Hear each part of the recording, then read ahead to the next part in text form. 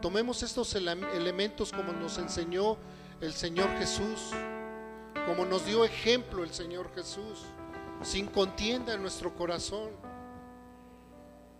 viendo el sacrificio de Él, de Cristo Jesús, que no estimó el ser igual a Dios como cosa que aferrarse, sino que despojándose de toda su deidad, de todo aquello que le cubría, ¿sí? Se hizo humilde, se humilló. Él nos invita a que nosotros también tengamos esa actitud de humildad, no solo en nuestro cuerpo físico, sino en el interior, hermanos, en nuestro corazón. Él es lo que Él mira, ese corazón de cada uno de nosotros. Tomemos hoy los elementos en esa actitud de humildad. Y si tenemos que ponernos a cuentas con alguien, hagámoslo, hermanos. Hagámoslo y no terminemos como terminó esta iglesia en Corinto. Dios guarde la hora. Pero podemos tener esos conflictos. Hoy en nuestros banquetes, nuestros platillos pueden ser eso: el orgullo, la soberbia, la altivez, la arrogancia. Todo eso puede ser hoy en día en nuestros corazones.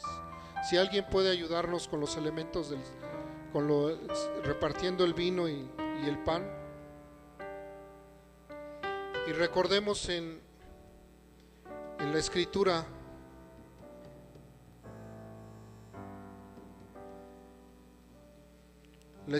donde nos invita el Señor a considerar estos elementos. Y esto fue una revelación muy clara al apóstol Pablo. Los demás apóstoles, ellos ya habían tenido esta oportunidad con el Señor Jesús de tomar estos elementos, pero el apóstol Pablo no tuvo esa oportunidad de tomarla con Jesús, pero él mismo recibió, dice la Escritura aquí en 1 Corintios 12:23, yo recibí del Señor lo mismo que les transmití a ustedes, que el Señor Jesús, la noche en que fue traicionado, tomó pan y después de dar gracias lo partió y dijo: este pan es mi cuerpo que por ustedes entrego, hagan esto en memoria de mí. Esto de que hagan esto en memoria de mí quiere decir, recuérdenlo todos los días, que yo entregué mi cuerpo por causa de ustedes, que yo entregué mi cuerpo hasta lo último por cada uno de ustedes. De la misma manera, después de cenar, tomó la copa y dijo: esta copa es el nuevo pacto en mi sangre, hagan esto cada vez que beban de ella en memoria de mí. Porque cada vez que comen este pan y beben de esta copa, proclaman la muerte del Señor hasta que Él venga. Cada vez que nosotros hacemos este acto, cada semana y cada principio de mes que lo hacemos en miércoles, proclamamos el regreso de nuestro Señor. Recordamos la muerte de nuestro Señor Jesucristo, esa muerte preciosa, y preciosa en cuanto a valor. Tuvo un valor que nadie de nosotros podía pagar, ni podemos pagar. Solo Él podía hacerlo con su sangre. Solo Él entregándose podía hacerlo. Ninguno de nosotros lo puede hacer. No hay nadie hoy en día que lo pueda hacer, hermanos. Solo Cristo ya lo hizo, y una vez y para siempre. Él ya murió por toda la humanidad. Aún por los que están por nacer, Él ya murió. Y ellos van a tener su oportunidad para reconocer a Jesucristo como su Salvador, como ahora la hemos tenido cada uno de nosotros, hermanos. Ahora que tienes esos elementos ahí en tu mano, recuerda estas palabras de nuestro Señor Jesús, este nuevo pacto que Él hizo. Ese vino representa su sangre, ese pedazo de galleta de pan representa su cuerpo, que por causa de nosotros, Él, en un sacrificio eterno, quedó saldada la cuenta que tú y yo teníamos que pagar. Y eso nos compromete ahora. Si tú miras a tu alrededor y el hermano que tiene ese pedazo de pan y esa copa de vino, es tu hermano, porque también ha creído en Cristo Jesús. Es tu hermano, es mi hermano. Quiero decirte que tú eres mi hermano. Al tomar esos elementos ahí en tu mano, yo reconozco que tú eres mi hermano, porque has creído igual que yo. Amén. Tomemos los elementos, hermanos.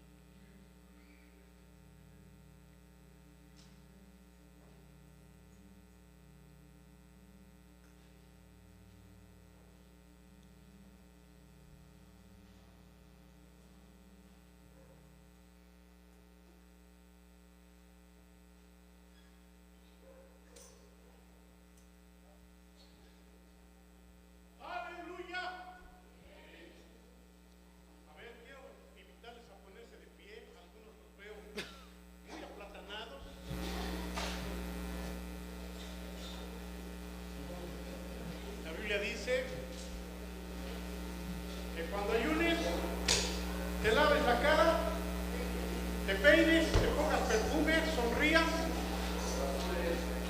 y te rasures. No dice eso, ¿verdad? Pero sí, lo que está diciendo es que recibas unas cachetaditas para que levantes el ánimo, ¿no? Luego, ven, ay, pobrecito.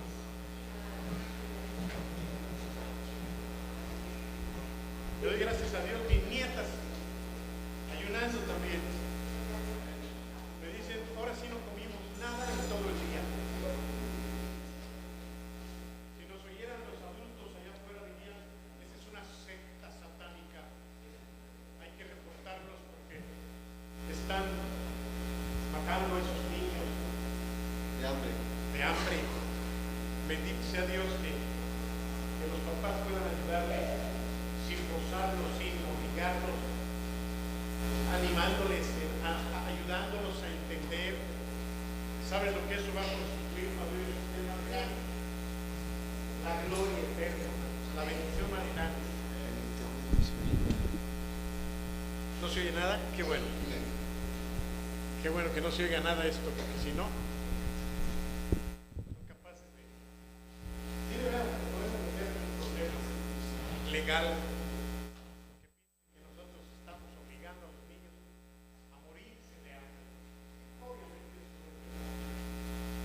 Eso no es verdad.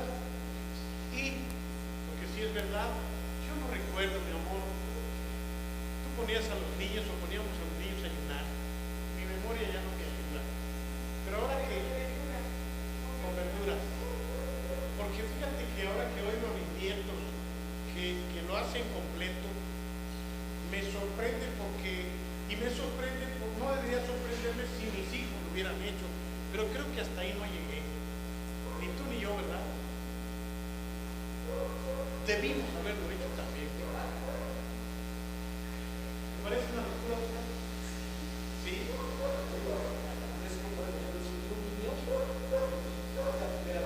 Bueno, por eso lo estoy diciendo. ¿Por qué a los niños les enseñamos otras cosas siempre, hermano? Los tengo de pie, pero los quise poner de pie porque era lo que era. ¿Por qué les enseñamos otro tipo de situaciones de disciplina? Y algo como el ayuno nos puede parecer, en concreto, te digo que yo no lo hice al 100%, nos puede parecer una locura. Para empezar, que los adultos lo practiquemos, porque si un adulto no lo practica, menos va a pensar en que su hijo lo puede hacer. ¿Alguna vez ayunó tu hijo del niño? Sí, pero no. No completo. Es hasta ahora que yo oigo que era uno exaltar a mi nieto o a sus papás, pero es hasta ahora que yo sé que algunos de ellos, no voy a decir nombres, sí ayunan en el niño.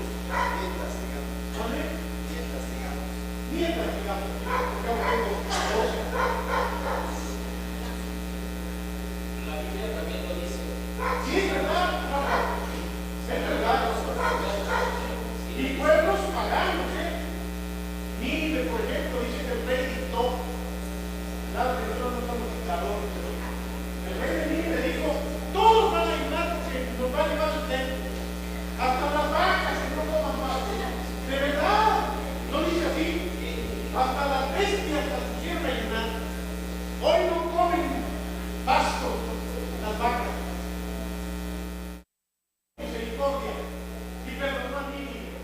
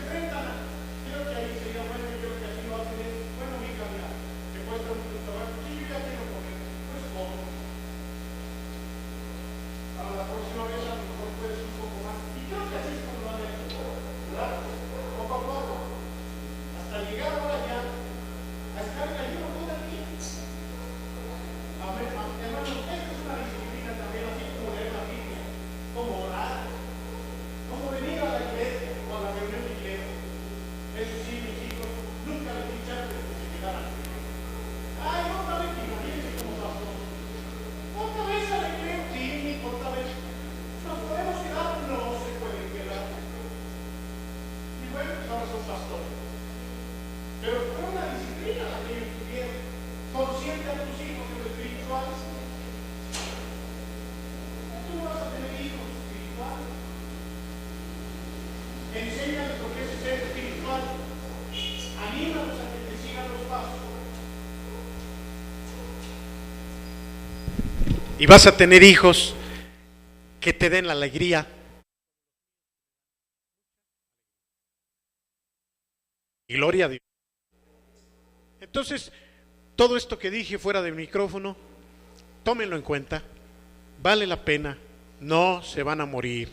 Porque no se van a morir. Tampoco se van a quedar anémicos, ni, como decían las abuelitas, ni tísicos. Nada de eso va a pasar. Nada. De veras que no. Bueno, a no ser que tú no ayunes, pero si tú ayunas, ¿te ha pasado algo? Algunos nos sobra como para poder ayunar bien. Así que, hermanos, gracias a Dios. Gracias a Dios. Por estar atendiendo algunas cosas en la oficina, no llegué a tiempo, pero llegué a la mitad de la profecía o de una profecía que escuché. Y corríjanme si oí mal, pero lo que alcancé a oír es básicamente, quizá fue de la mitad al final: no te preocupes por las injusticias que hay en esta vida, no te preocupes por las cosas que sufres, no pienses en lo que los demás tienen o no tienen, o viven o no viven. Tú haz lo que tú tienes que hacer y confía que Dios a ti te va a recompensar o a pagar conforme, más o menos, así fue. Tú persevera. No veas al que hace lo malo, no te quejes de los... Saben, hermanos, aunque yo escuché la última parte, no sé si todo esto fue el tema central de la profecía, pero yo sí quiero que ustedes consideren esta tarde como una palabra de Dios para nosotros esto.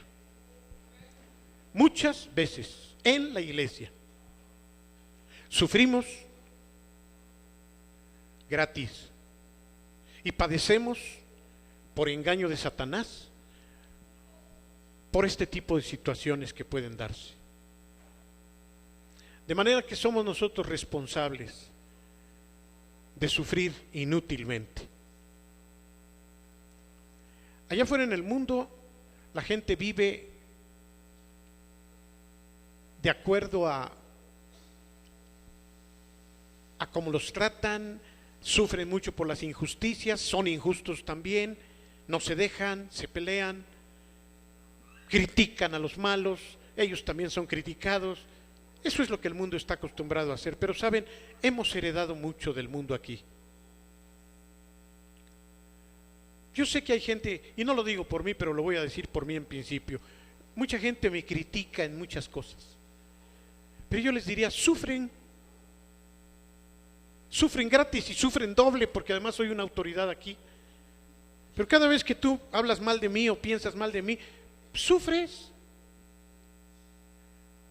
Cuando tú hablas mal de cualquier hermano, yo te diría, ¿a ti qué? ¿Por qué cargas lo que no tienes que cargar? Me parece que la profecía decía algo así. O sea, ¿qué es lo que nos está diciendo hoy el Señor? Tú haz lo que tienes que hacer. Tú haz lo que tienes que hacer. Y además pregúntate, diría yo, esto ya no es la profecía, ¿tú estás haciendo lo que debes? ¿Tú te portas bien?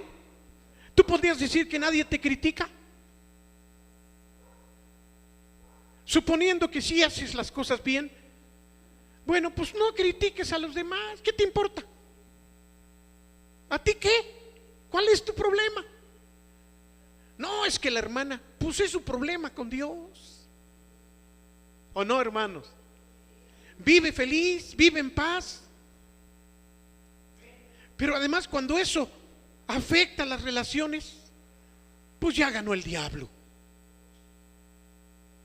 De veras que la Biblia tiene tanto que decirnos al respecto. ¿Por qué miras la basurita en el ojo de tu hermano y no te das cuenta del troncote que tienes en tu ojo. Sufrimos gratis porque además no arreglamos nada. Queremos justificar nuestras malas acciones criticando a los demás y dejamos de recibir la bendición de Dios. Nos amargamos. Pues es verdad, hermano, a donde voltees va a estar la injusticia, aún aquí. A donde voltees va a haber cosas feas. Preocúpate por hacer lo que tú tienes que hacer y deja a los demás que Dios los trate. No sufras tú gratis. Si tú haces lo bueno, a ti Dios te va a recompensar, decía el Señor. Preocúpate por hacer tú lo que tienes que hacer para que Dios te recompense. Que el otro, que déjalo. Es más, pídele a Dios para que también lo recompense. Pídele a Dios para que cambie. Señor, cambia al pastor Memo, tú sabes cómo es él. Cámbialo, Señor. Tantos años que tiene y mira, no deja esto y no deja lo otro. Pero bendícelo, Señor. Y yo lo voy a amar, Señor. Y a Chucho también, y a Rubén también, y a la hermana fulana que ni la saludo desde hace años porque sabes que no la veo ni en pintura. Señor, bendícela, ayúdame a saludarla, Padre, que ya no esté yo de criticona, porque me enfermo hasta con lo que no me como, Señor. Continuamente estoy enferma o estoy enfermo de la panza porque me como hasta lo que no, me enfermo hasta de lo que no me como, Señor. Así que, Señor, ya no quiero estar enfermo. Bendice a todos, no me permitas andar de chismoso y chismosa y criticón y criticona. Y, Señor, dame salud. Bueno, hermanos, yo estoy aprovechando lo que más o menos oí. Pero algo de eso traía la palabra hoy. O no, o estoy pasándome de la raya. Dios te va a recompensar a ti o no.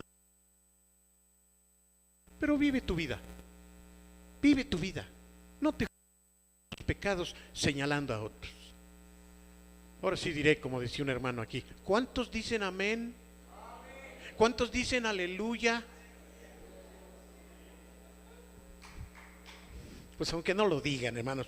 Padre, bendícenos con Romanos.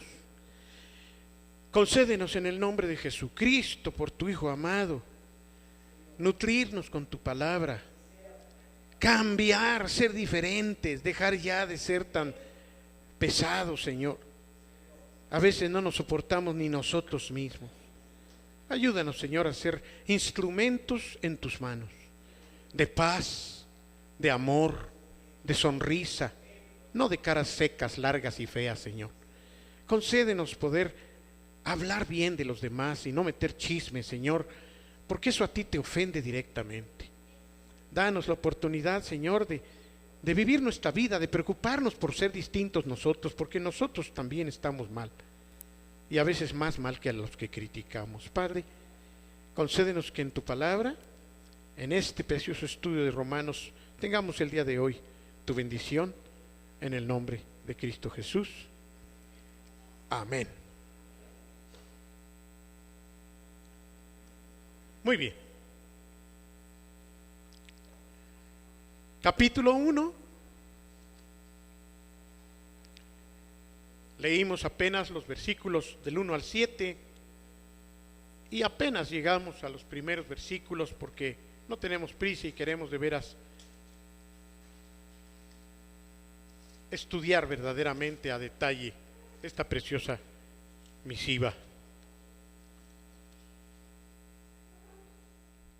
Misiva, dije misiva.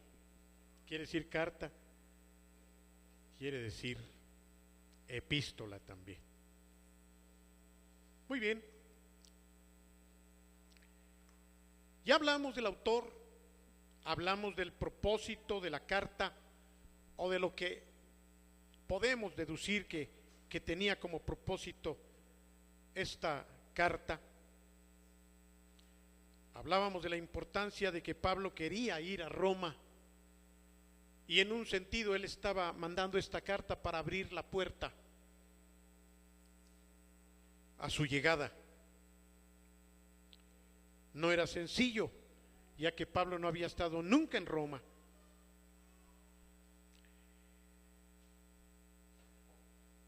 A él le preocupaba mucho que la verdad que había recibido directamente de Jesucristo y del Espíritu Santo pudiera tener cabida en el corazón de los romanos. A él le interesaba sumamente la salvación de los romanos. Así que en el tiempo del Nuevo Testamento, como ya dijimos, también era costumbre iniciar la carta con un saludo. Y en este saludo obviamente se presentaba el nombre del autor. Se hablaba también del destinatario. A ustedes los que viven en Roma, yo, Pablo, siervo de Jesucristo. Parece que este era el sello de todas sus epístolas. Así comenzó también Romanos. Ya lo vimos en el capítulo 15 del libro de los Hechos, pero vamos a volverlo a leer en el versículo 23. Vemos cómo él allí hace referencia de esto que estoy mencionando. Qué bueno que vinieron, hermanos. No importa que no hayan ayunado algunos hoy, no se sientan mal. Dios les conceda más adelante poderlo hacer, pero coman con nosotros igualmente. No queremos que nadie desprecie a nadie. Siéntanse con libertad, hermanos, siempre sobra. Así que no estemos diciendo y ni investigando si no ayunó, le echemos la aburridora, como a lo mejor algún día lo hice yo. Así que tengamos esa libertad también, hermano. Finalmente lo que importa es la comunión, ¿no? Amén. Ahí está ya la cita, ¿no la han puesto? Dije Hechos 15, 23.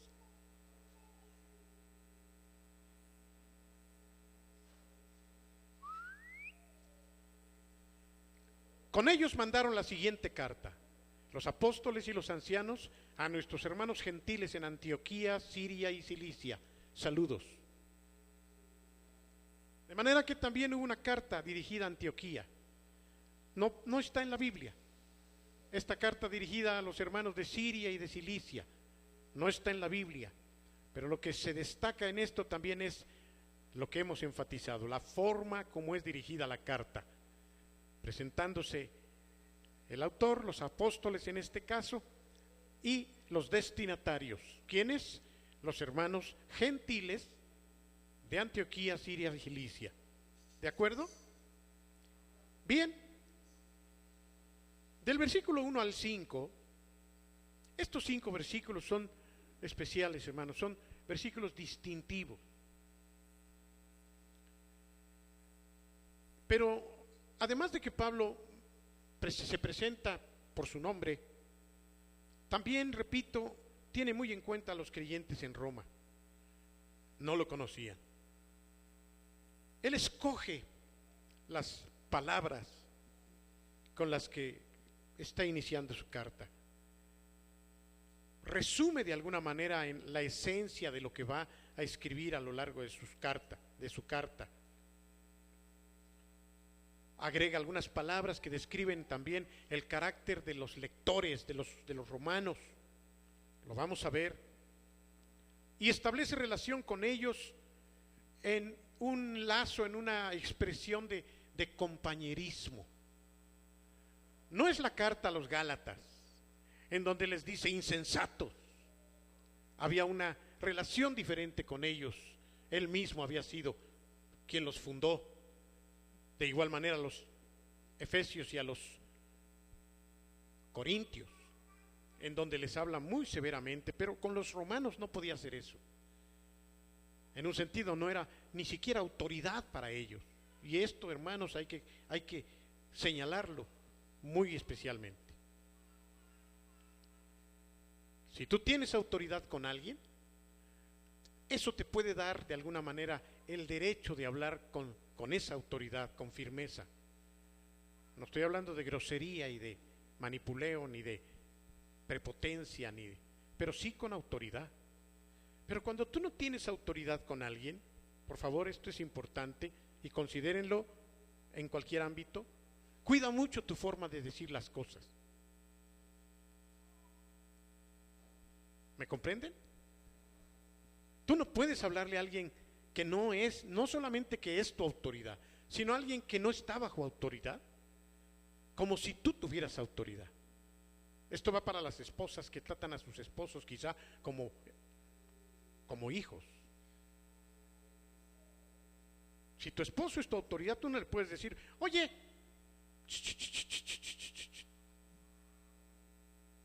no puedes.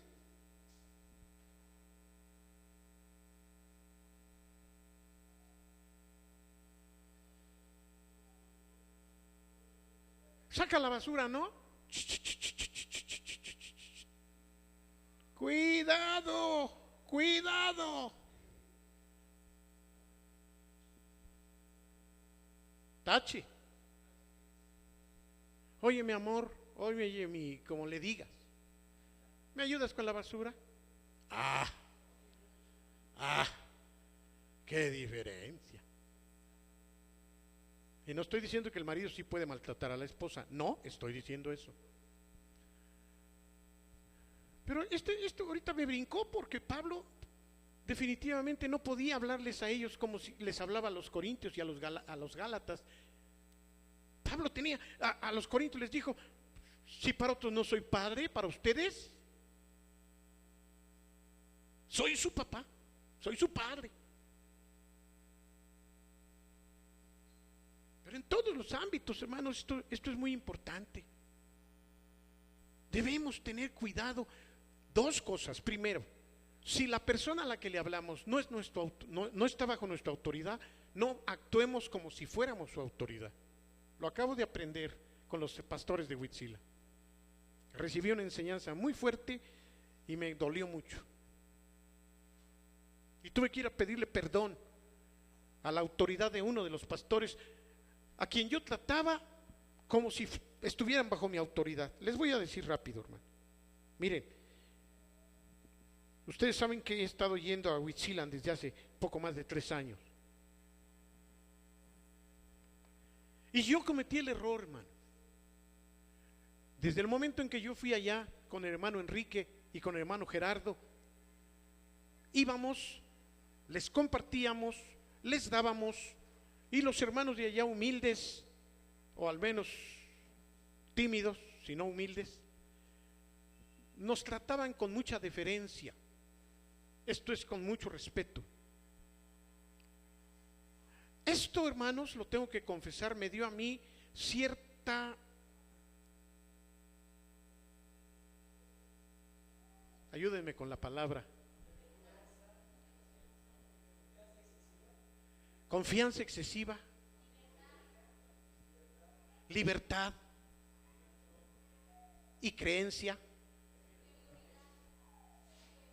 y superioridad, al sentir que pues yo sé más, yo les voy a llevar, yo les voy a dar. Fíjense, les estoy confesando un pecado, hermano. O sea, no estoy criticando nomás así, yo estoy primero aquí diciendo, para que ustedes acepten también lo suyo. Sí, pues. Tuvimos una reunión con los pastores apenas en 2 meses atrás, o 3. Y estando allí, les platiqué lo que estábamos haciendo en Huitzila y les dije de algunos problemas que había. Y les comenté, y vamos a ir Enrique y yo, y vamos a... Y un pastor sabio me dijo, hermano, por cierto me habla de usted, pero fíjense, ¿le puedo decir algo, hermano, sin que se ofenda? Sí, Gera, le dije. Ya dije el nombre. Lo puedo decir porque no voy a hablar mal de él. Sí, Gera. Hermano, ¿ha meditado usted que usted no es autoridad de ellos? No necesitó golpearme. Me quedé así meditando, esto ya lo saben los pastores de aquí. Le digo, no sé qué le dije, Rubén. No sé si me defendí o le dije, es que o simplemente me quedé callado, David. Tú estabas ahí. Chevo, tú no fuiste, ¿verdad? Pero en el momento me cayó de peso. Dice, porque el pastor al que usted va a hablarle tiene su autoridad, que es el pastor Sebastián. Pues que no nomás es su hermano mayor, no, es su autoridad espiritual. Y pues se me acabó todo el panorama. Pero se me acabó al grado de decir: Señor, ¿ahora qué hago? ¿Sigo yendo? ¿Y si voy, cómo actúo?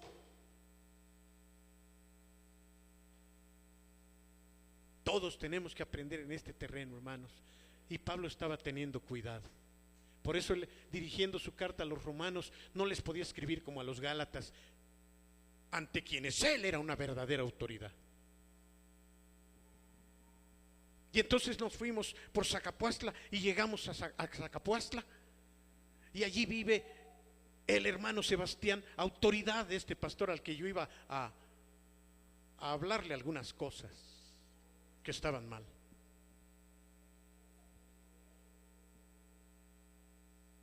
Y cuando llegamos, este hermano estaba en cama, estaba mal porque lo acababan de operar de su espalda, un hombre viejo, como de casi 80 años. Con mayor razón yo tenía que, y además estaba yo en su casa. Todo eso cuenta para saber cómo actuar.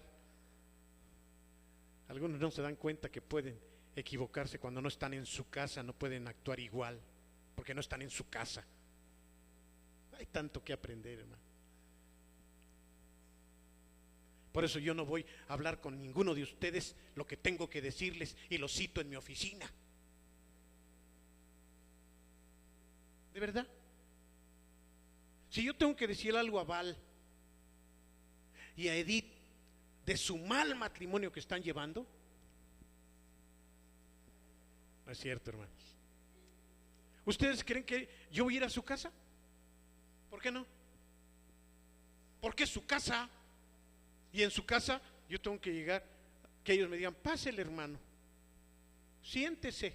O sea, aunque son mis ovejas de alguna manera, ¿sí me entienden? Yo debo respetar su casa. Ahora, en su casa la autoridad es Val, aunque yo sea su pastor. Entonces eso a mí me detiene como para decir: y mira, Val, escúchame por favor, estoy en su casa. Hasta puede decirme: lárguese de aquí, y me tendría que largar. Pues sí, porque estoy en su casa. Ah, pero cuando le digo: los espero en mi oficina, Val. O no cambian las cosas ya de entrada. Por eso cuando yo venía de traer al hermano, no me estoy saliendo de tema, van a ver por qué no. Cuando venía yo trayendo al hermano Wayne Myers, que nos iba a compartir del dar, ¿se acuerda? Él me dijo: ¿y hermano, usted diezma? Claro que sí. ¿Y cuántas obras afuera están sosteniendo ustedes? Hasta ahorita no. Y empezó a regañarme. Yo venía en el carro, veníamos: ¿cómo que ustedes no apoyan ninguna obra afuera, hermano? ¿Cuántos años tienen como iglesia? ¿Qué, no tienen suficiente dinero para...? No, hermano, para eso casi no pedimos. ¿Por qué no pide? Y se me ocurre decirle: hermano, porque yo no soy tan pedidor, tan pedinche. Hermano, está usted muy mal. ¿Cómo es que no les pide? Y me dice: mire, hermano, nada más porque ya vamos para allá, pero si yo hubiera sabido esto antes, yo no voy a su iglesia. Me sentí avergonzado, y esto ya se los había contado. Y así entramos, ni volteó a ver nada. Yo quería que él llegara y dijera: ay, que no. Él, ¿dónde está su oficina? Le digo: pase, hermano. Le abro mi oficina, se mete, y ¿saben qué hizo? 93 años tenía el hermano entonces. Se sentó en mi sillón. Yo dije: lo paso, se va a sentar donde creo que debe, yo me siento en mi sillón. Son detalles en la vida, hermano, que uno tiene que aprender de lo que es la autoridad, de cómo comportarse en los lugares donde uno está. Él se sienta en mi sillón. ¿Qué me tocó a mí? Ahí me sentí como cuando ustedes llegan y se sientan enfrente. No me había pasado. Y sí, se siente la diferencia, fíjense. Se siente la diferencia. Y luego, si a eso agregas las poses que a veces toma uno de: ajá, bienvenido, Dime, ¿de qué se está? Cálmate. Si no crean que no me doy cuenta, hermanos, por eso muchas veces me doy cuenta y le bajo, porque digo, cálmate, si tú no eres su papá, eres su pastor, no tienes derecho. Pero en ese momento me tuve que sentar enfrente, me sentí así, miren, hermano. Creo que hasta esas se sumen más, por eso ya las cambié. Hay un anuncio ahí en la televisión que están invitando a ahorrar en no sé qué banco. Y primero presentan a la pareja yendo a un lugar en donde así se ven, ¿verdad? Chiquititos, y está un viejo ahí. A ver, díganme cuál es su problema de ahorro, no sé qué. Como criticando los lugares donde... Y entonces ellos se van ahí, no ahorran nada y entran a otro banco donde está una muchachota y pasen ustedes, siéntense. ¿Sí o no? Bueno, pues esto en lo espiritual también sucede, hermano.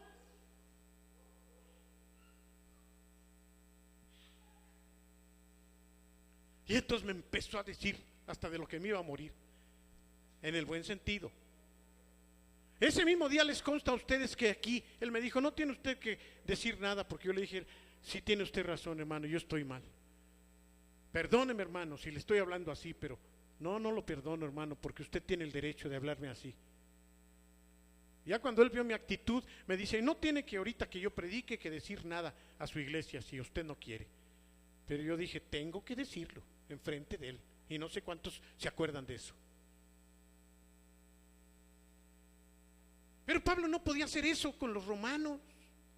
Casi estaba queriendo congraciarse con ellos y diciéndoles, estoy para servirles. Ahorita lo vamos a ver. Porque Pablo tenía que llegar a Roma. Él quería conquistar el corazón de ellos. Probablemente cuando ya Pablo fuera reconocido, entonces sí lo iban a tener que oír, que nunca tuvo ese chance. Pero con los corintios, repito, con los tesalonicenses, sobre todo con los gálatas y los corintios, Pablo tenía otra posición de autoridad.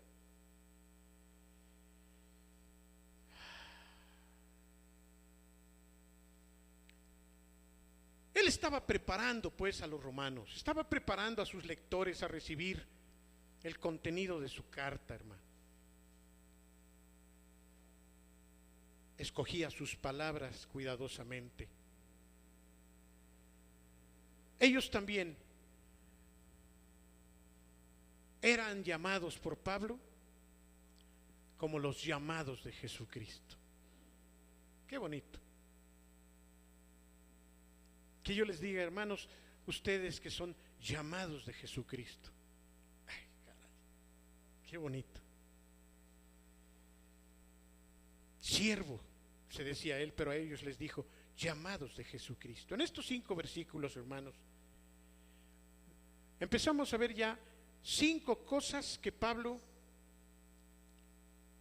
comunica de sí mismo. La primera, ¿cuál era? Siervo de Jesucristo, muy bien. La segunda, llamado a ser apóstol. La tercera, apartado. Y la cuarta, aunque no la identificaron, yo les dije que tenía que ver con aquel que había recibido la gracia y el apostolado para la obediencia de la fe en todas las naciones en el nombre de Jesús. Este es el cuarto aspecto importante. Él les aclara que él ha sido llamado a ser apóstol como por la gracia del Señor para obedecer la fe en todos los lugares en el nombre de Jesucristo. O sea, con esto no había duda de que Pablo no se había autonombrado. Por favor, esto lo enfatizamos ya. Y es que Pablo no podía olvidar el orgullo y la rebeldía que había tenido antes de convertirse, cuando se sentía muy y estaba matando a los cristianos y persiguiéndolos. No lo podía olvidar, hermano. Él sabía que ese había sido un pecado tremendo. Estaba consciente que Dios lo había perdonado, sí. Pero ¿cuántas veces Dios nos ha perdonado de algo que hemos hecho grave? Estamos conscientes que ya nos perdonó y sin embargo queda allí como algo. Si no es que es alguien a quien tenemos que darle de comer todos los días. El que tenga oídos para oír, que oiga. ¿O no? Perdonada, 100%. Sin embargo, ahí quedó algo, para siempre. Y eso es bueno, hermanos. Es bueno que haya cicatrices, para que no se nos olvide. Es bueno que cogiemos como quedó Jacob, después de pelear con el ángel. Es bueno que el Señor nos... Y no es porque nos champe continuamente, ¿no? Sino es bueno que nosotros recordemos de dónde salimos. Es bueno que recordemos lo que nos quedó por cabezas de piedra. Es bueno. Pablo nunca lo olvidó, hermano. Y siempre que predicaba de lo que él fue, siempre, si ustedes lo leen, hay un dejo de sin embargo, la gracia de Dios me sacó adelante y no fui yo, sino la gracia de Dios. ¿Sí o no? Pero había siempre un recordar ciertas cosas que son necesarias, hermano. La gracia de Dios fue lo que conquistó el orgullo de Pablo. Eso fue lo que subyugó su terquedad de corazón. La pura gracia de Dios. Por eso Pablo se deleitaba recordando lo que había sido, pero lo que ahora era. Y decía, y además me fue concedido el privilegio de anunciar el Evangelio. No solamente me perdonó, sino me llamó para usarme. Pablo sabía muy bien lo que significaba ahora ser un apóstol y de dónde había llegado para eso. Pero en quinto lugar, su apostolado también fue, hermanos, un regalo de gracia. ¿Lo merecía? Les vuelvo a preguntar, ¿lo merecía? No lo merecía. Pablo no merecía ser apóstol. Pablo merecía el infierno, igual que tú y igual que yo. Pero Dios lo había elegido. Eso cambia todo. Dios lo había elegido. No fue por mérito personal, sino para demostrar por medio de él esa obra preciosa que quería el Señor anunciar por medio de él. Vamos a Efesios 3:7, por favor. Esta es otra cosa que nosotros debemos también tomar muy en cuenta. Y voy a hablar en el terreno solamente de papás e hijos. Hoy le dije a una mamá, enséñale a tu hijo a respetar a su padre, sea como sea, porque es su padre. Sea como sea, es su papá. Si quieres que tu hijo tenga bendición de lo alto, que aprenda a respetar a su padre. A veces el respeto lo interrumpimos pensando que estamos justificados por lo que la persona a la que debemos respetar no es o es. Y esto es muy peligroso.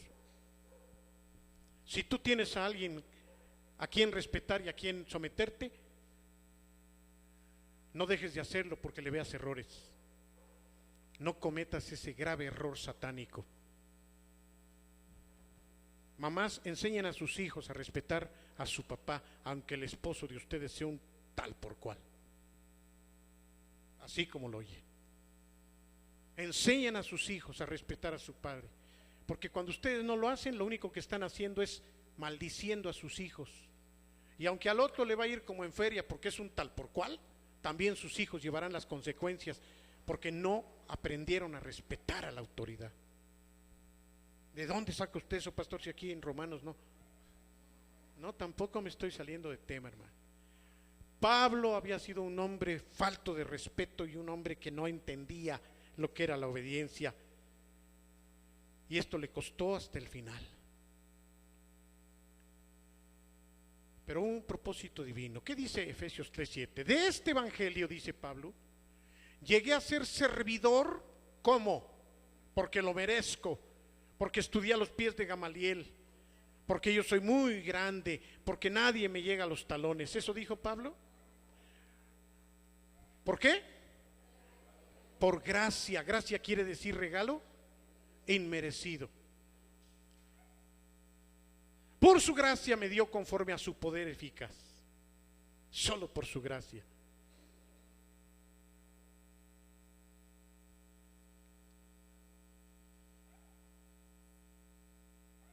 Hubo entonces un propósito divino, como lo dice ahí en el versículo 5 del capítulo 1 que nos ocupa. Dice, para la obediencia de la fe, ¿o no? O sea, la obediencia que es inspirada por la fe que tenemos. Fíjense, si vamos a obedecer es porque tenemos fe, ¿o no? ¿Qué razón tendrías tú para estar bajo autoridad y sobre todo bajo una autoridad chafa? No es lógico, pero ¿qué razón habría? Por fe, solo por fe, solo porque Dios lo pide. ¿Sí lo ven? Aquí no es cuestión de razonamiento, es cuestión de creerle a Dios. Volvamos con el ejemplo del esposo y la esposa. Hay muchos esposos que quizá no tenemos el derecho de que se nos obedezca y de que se nos respete. Pero el solo hecho de que somos esposos, si una esposa tiene fe, ¿saben qué debe hacer? Obedecer. ¿Por qué? ¿Por tonta? ¿Porque no le queda otra? Otra vez, ¿cuál es el elemento? Por fe. Y la profecía de hoy tenía que ver con eso. Tú cumple tu parte, yo te recompensaré a su debido tiempo. Ahora, no creo eso. Yo no creo eso. Vamos a emanciparnos, hermanas.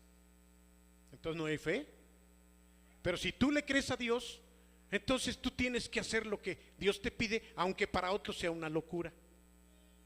¿La diferencia la hace? La fe.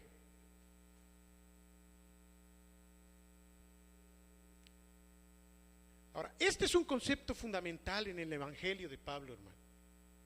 La obediencia proviene de lo interior en cada uno. Y lo que mueve a obedecer es ese resorte que se llama le creo a Dios. Fíjense, nada más es porque le creo a Dios. Entonces todo lo que el diablo me meta aquí puede rebotar, porque aunque suena ilógico, si yo voy a hacer algo es porque le creo a Dios. Por ejemplo, dice el Señor, cuando pases por las aguas, ¿qué dice? No te anegarán, ni la llama arderá en ti. ¿Por qué? Porque yo soy tu Salvador. ¿Ok? Entonces, ¿qué es lo que me va a hacer estar confiado cuando pase por las aguas? La fe, porque Dios dijo que Él estará conmigo. El Señor es mi pastor, nada, aunque ande en valle de sombra y de muerte. ¿Por qué? Entonces, ¿qué es lo que me puede hacer estar en paz cuando esté yo pasando por un momento difícil? Creerle a Dios. ¿Se dan cuenta? Igual para la autoridad. Pablo lo sabía bien. Sexto, en relación a sí mismo, Pablo tenía bien claro que todo lo que había hecho y todo lo que haría era en el nombre del Señor. Pablo ya pudo decir, ya no vivo yo. Ahora es Jesucristo quien está en mi vida obrando. Todo el tiempo de su existencia, Pablo había estado con el corazón apachurrado de amor a Jesucristo por lo que Él hizo por él. Apenas creo que este domingo, no sé cuándo, David o quién, decía de la importancia de lo dijo Chevo, de no olvidarnos de sus beneficios. Es bien importante mantenernos siempre recordando las buenas cosas que el Señor hizo con nosotros.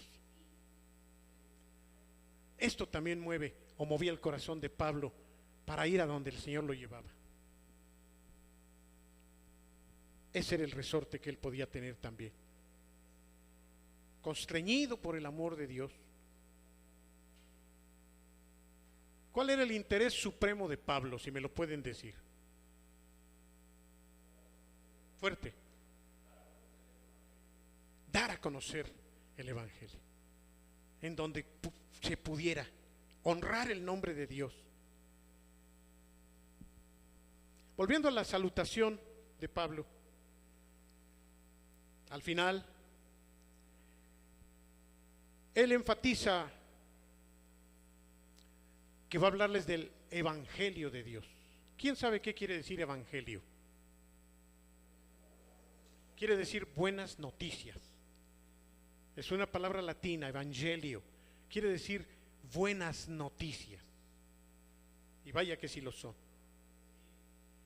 Porque además se refiere a Dios y esas noticias tienen que ver solo con Dios.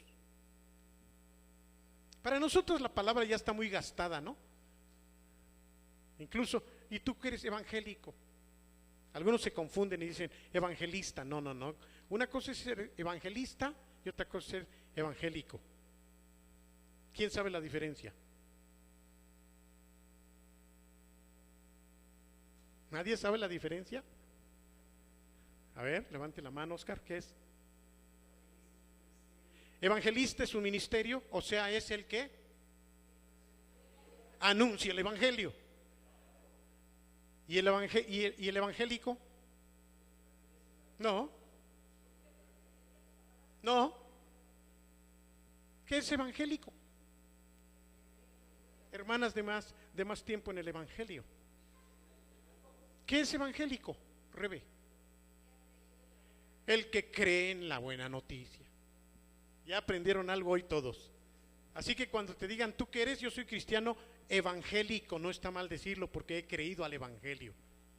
No digas soy evangelista, a no ser que de veras hayas convertido un montón de gente. Entonces si eres evangélico y evangelista. Pero Pablo tenía claro su ministerio, además de apóstol. Él lo que más deseaba era anunciar el evangelio. Pero para nosotros, repito, está muy gastada esa palabra. La esperanza de Pablo, que debe ser la nuestra, estaba cifrada, estaba sustentada en esas buenas noticias de Dios. Y por eso Pablo se preocupaba porque los romanos pudieran tener estas verdades también. Y en todas partes además. Todo era de Dios para ellos. Desde el Antiguo Testamento los profetas habían predicho ya de ese evangelio que ahora Pablo estaba compartiendo. Se estaba cumpliendo prácticamente en Pablo lo que él mismo había perseguido. Pablo, sin embargo, una vez que vino a los pies de Cristo, fue un instrumento de cumplimiento de lo que Dios había anunciado en ese Antiguo Testamento que él tanto defendía. Fíjense, qué paradojas, ¿no? Al principio falsamente estaba defendiendo lo indefendible y estaba él sin dejar de ver lo que realmente Dios había dejado en la ley mosaica y todas las promesas de tantos profetas de la venida del Señor Jesucristo. ¿Cuál es la verdad central del evangelio?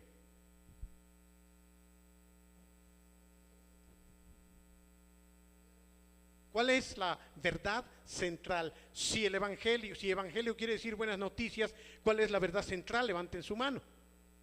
Liz. Que Cristo pagó por nosotros.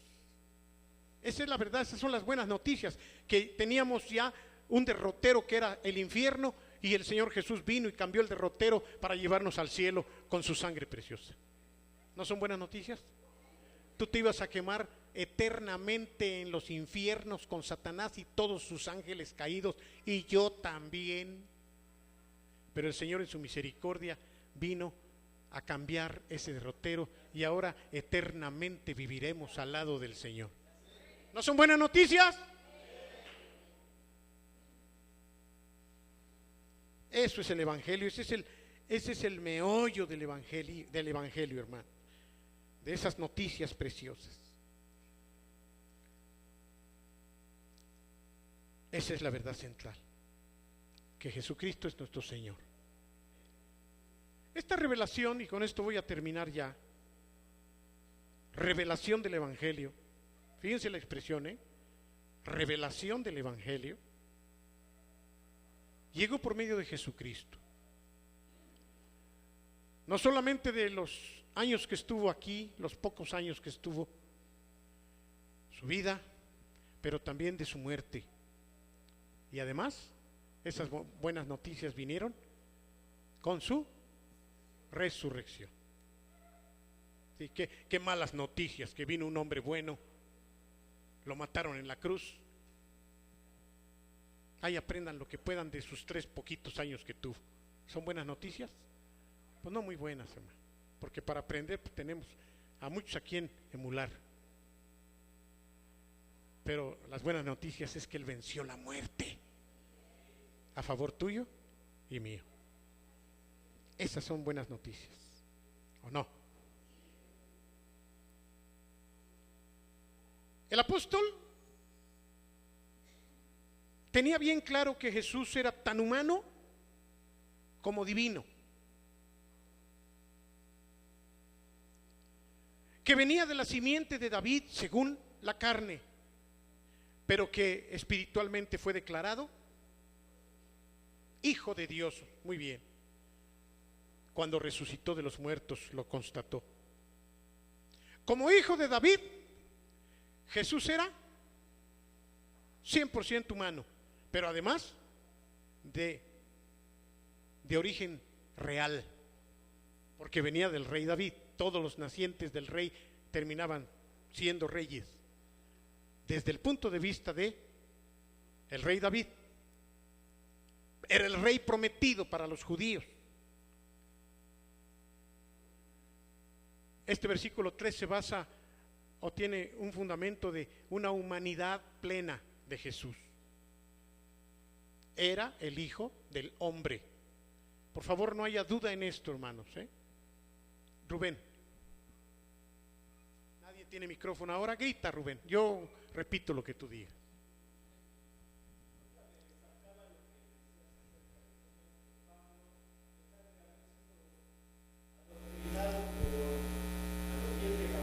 A pesar de que Pablo había sido adoctrinado a los pies de Gamaliel, ¿qué? Incluso de conocer las Escrituras y haberlas leído muchas veces, yo mismo me pongo en su lugar de Pablo. Yo antes de venir a ser creyente, igual yo también leía la Biblia. Incluso cuando en un tiempo que fui católico y estudié un poco acerca de la Biblia, pues no comprendía yo todo lo que en la riqueza espiritual que viene ahí en la palabra del Señor. No es sino hasta que Dios en su misericordia nos revela su mensaje de salvación, que es como realmente empezamos a entender lo que muchas veces leímos sin entendimiento. Es allí donde realmente Dios nos abre el entendimiento y es que entonces las Escrituras se hacen comprensibles para cada uno de nosotros. Es a lo que le llamamos revelación. Solamente de esa manera es que la palabra es útil para el que la lee. De otra manera, solamente es letra que está ahí escrita y que no tiene ningún valor. Por eso, cuando nuestro hermano Memo dice que Pablo, a pesar de haber tenido todo este acervo cultural y doctrinal, no venía a ser un beneficio para él.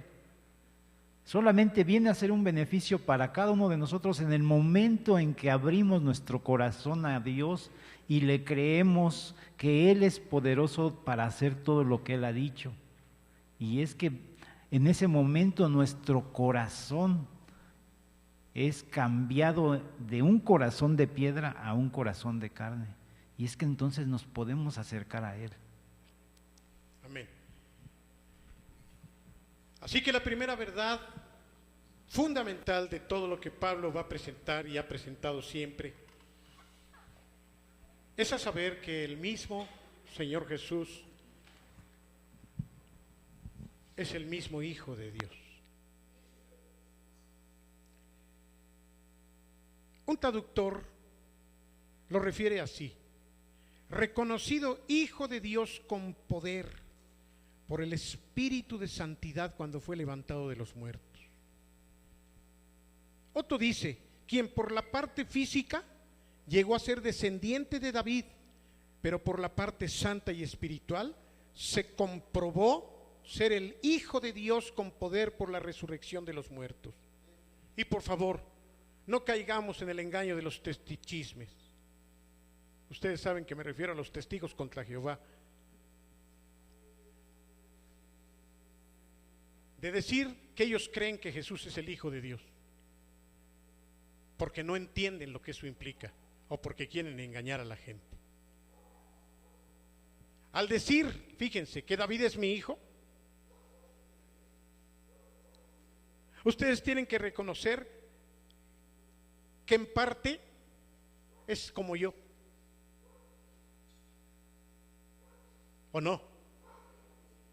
Que los genes que él tiene vinieron de mí. Sí, tú también, Johnny, también tú, Liz, aunque no quieran. Alcancé a oír hasta acá.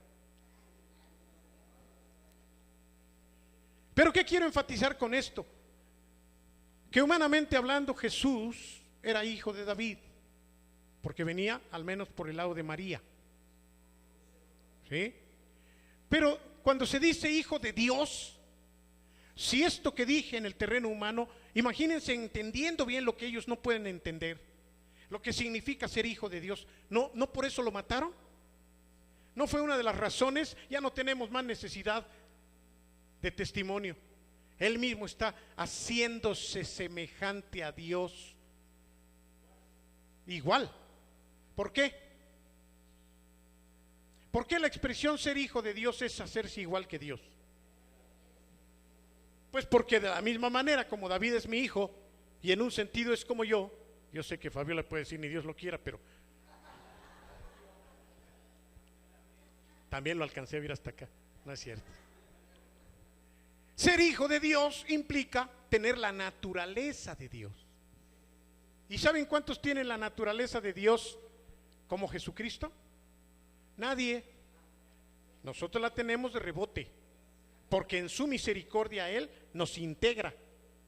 Pero en esencia, solo Jesús es, entiéndanme esto, de la naturaleza del Padre. O sea, ahora sabemos que Jesús es Dios.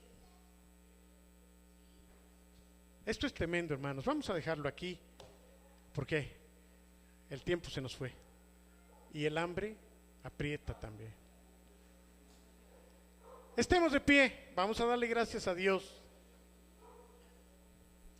Puedes cerrar tus ojos un momentito mientras David toca algo de fondo. En 2 minutos les leo este poema precioso de Elvira Fernández.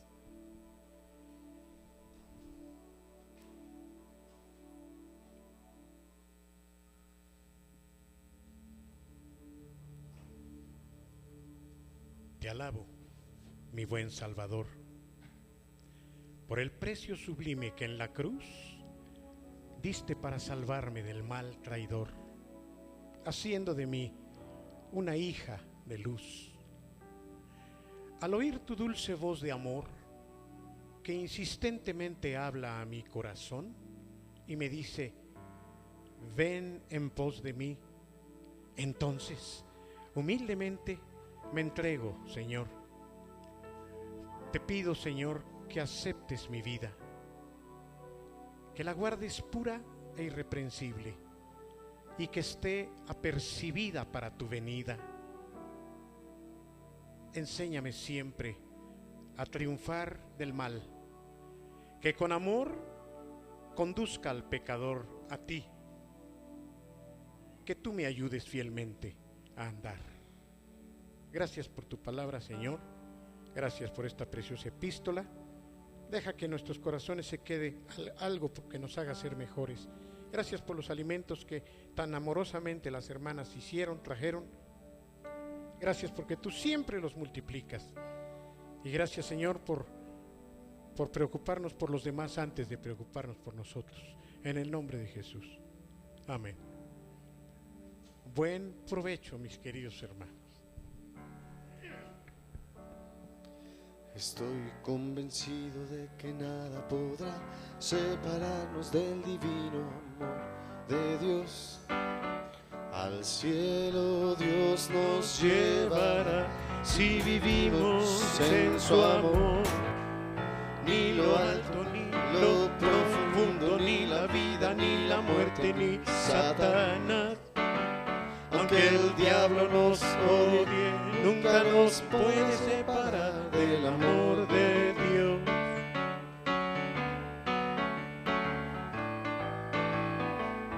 Estoy convencido de que nada podrá separarnos del divino amor de Dios. Al cielo Dios nos llevará si vivimos en su amor. Ni lo alto, ni lo profundo, ni la vida, ni la muerte, ni Satanás. Aunque el diablo nos odie, nunca nos puede separar del amor de Dios.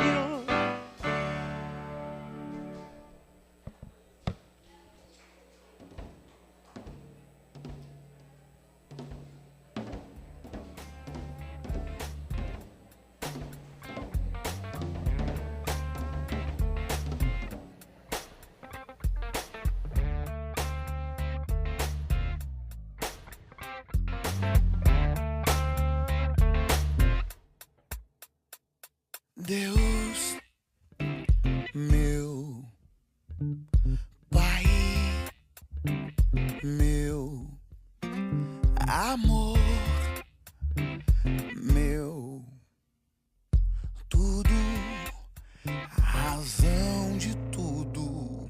Deus, meu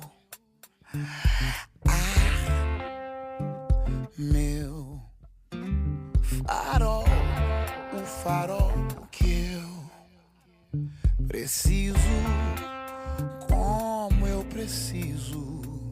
Eu preciso te sentir todo dia e olhar pra tua luz pra não me perder. Meu Senhor, tu és a minha alegria e eu preciso.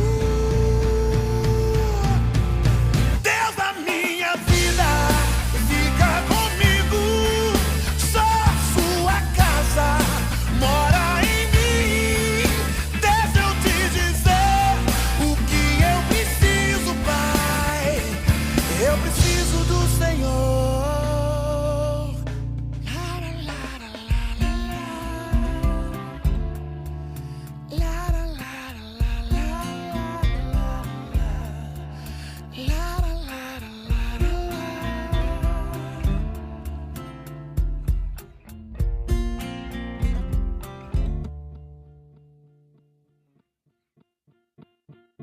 Deus, meu Pai, meu amor, meu tudo, a razão de tudo.